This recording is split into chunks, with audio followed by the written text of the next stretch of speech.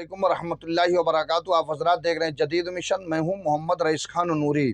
दिल्ली में 70 सीटों पर रिजल्ट आ गया आज 8 फरवरी 2025 को। 70 सीटों में 48 सीटें बीजेपी जीती और 22 सीटें आम आदमी जीती। कांग्रेस का खाता नहीं खुला। इतनी मेहनत कांग्रेस ने किया, उसके बावजूद कांग्रेस ने अपना खाता नहीं खोल पाई और आम आदमी पार्टी सत्ता से बाहर हो गई। बीजेपी आंधी तूफान की तरह आकर के पहुंची। मुसलमानों, ऐसा क्यों हुआ? तो उसकी वजह यही है कि तुमने बीजेपी का खौफ अपने दिल में बैठाला। ये तमाम सारी पार्टियों ने कहा बीजेपी आएगी, बीजेपी आ जाएगी, हमको वोट नहीं दोगे बीजेपी आएगी, हमको वोट नहीं दोगी बीजेपी आ जाएगी। तो वो जो खौफ तुम्हारे दिलों में सारी पार्टियां बैठालती हैं अपना उल्लू सीधा करने के लिए और तुमको उल्लू बनाती हैं, रोक सके तो रोक लो, रोक सके तो रोक लिए हो तो बताओ। ओवैसी ने तो सिर्फ 2 सीटों पर चुनाव लड़े थे, 68 सीटों पर। ये जो कहते हैं बीजेपी की बी टीम है, बी टीम कौन है? दिल्ली में कौन साबित हुई? आम आदमी या कांग्रेस? कौन साबित हुई? 68 सीटों पर। अगर 2 सीटों को मान लो तो 2 सीटों पर एक तो अमानतुल्लाह खान जीत गए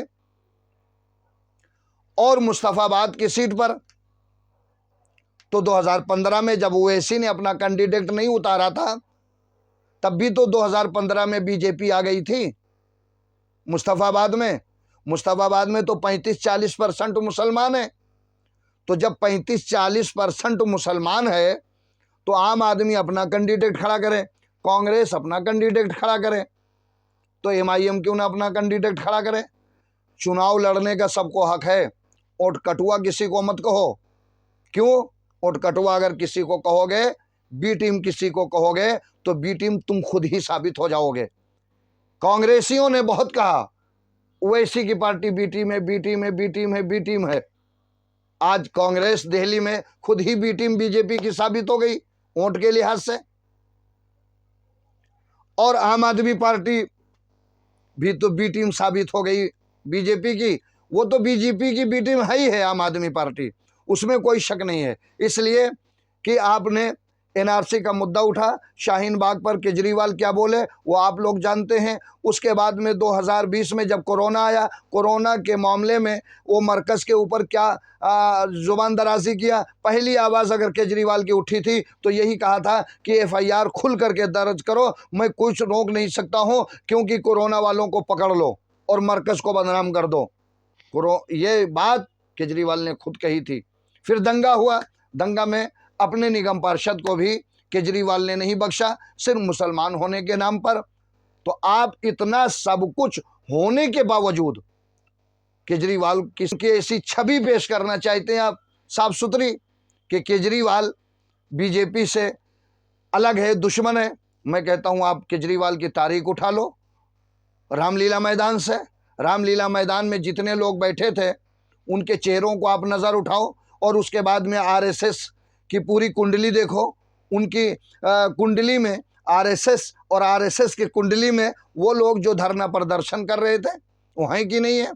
तो तुम केजरीवाल को तो बी टीम नहीं कह सकते हो, मगर ओवैसी को कहते हो। तो ओवैसी को तुम इसलिए कहते हो कि मुसलमानों के दिमाग में शैतानियत भर दो, झूठ भर दो, डर भर दो, खौफ भर दो। बीजेपी बीजेपी बीजेपी आ जाएगी, बीजेपी आ जाएगी। अरे जिसको खुदा का डर ना हो, जिसके दिल में बीजेपी का डर समा चुका हो, बीजेपी को रोक सकोगे? 2017 में यूपी में क्या कोई बीजेपी को रोक सका था? फिर 2017 के बाद 22 में उत्तर प्रदेश में क्या बीजेपी को कोई रोक सका था? दिल्ली में बीजेपी बीजेपी आ जाएगी, बीजेपी आ जाएगी, आ रही है तो आने दो, क्या दिक्कत है? और रोक सको तो रोक लो। 70 सीटों पर कांग्रेस, 70 सीटों पर आम आदमी, तो 70 सीटें लड़ो। तो बीजेपी को रोक सको तो रोक लो।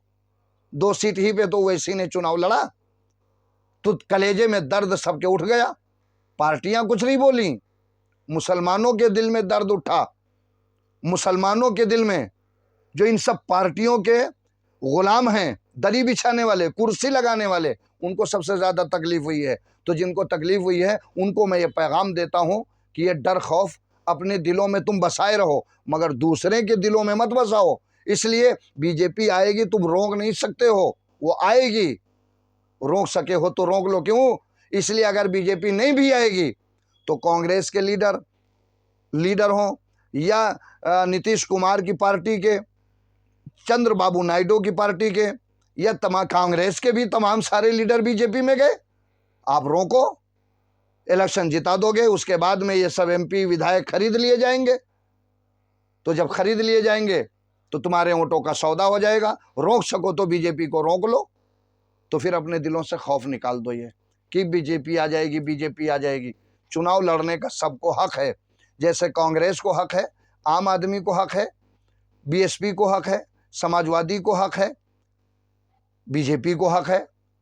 इसी तरह तो एमआईएम पार्टी को भी हक है कि नहीं हक है? तो जिनको हक मांगना चाहिए वही तो हमारे ऊपर इल्ज़ाम लगाते हैं। अपने दिलों से खौफ निकालो, दिल में खुदा का खौफ पैदा करो। बीजेपी का खौफ पैदा करोगे तो वही आएगी, तुम रोक नहीं सकते हो। इसलिए तुमको लोग समझ चुके हैं कि यही पार्टी है बीजेपी की जिससे मुसलमान डरता है, इसलिए बीजेपी को जिता दो। इसलिए मुसलमानों की चूड़ी तो सिर्फ बीजेपी टेट कर पाएगी, तो वो सारा वोट एक तरफ चला जाता है और तुम गुनगुना बजाते रहते हो।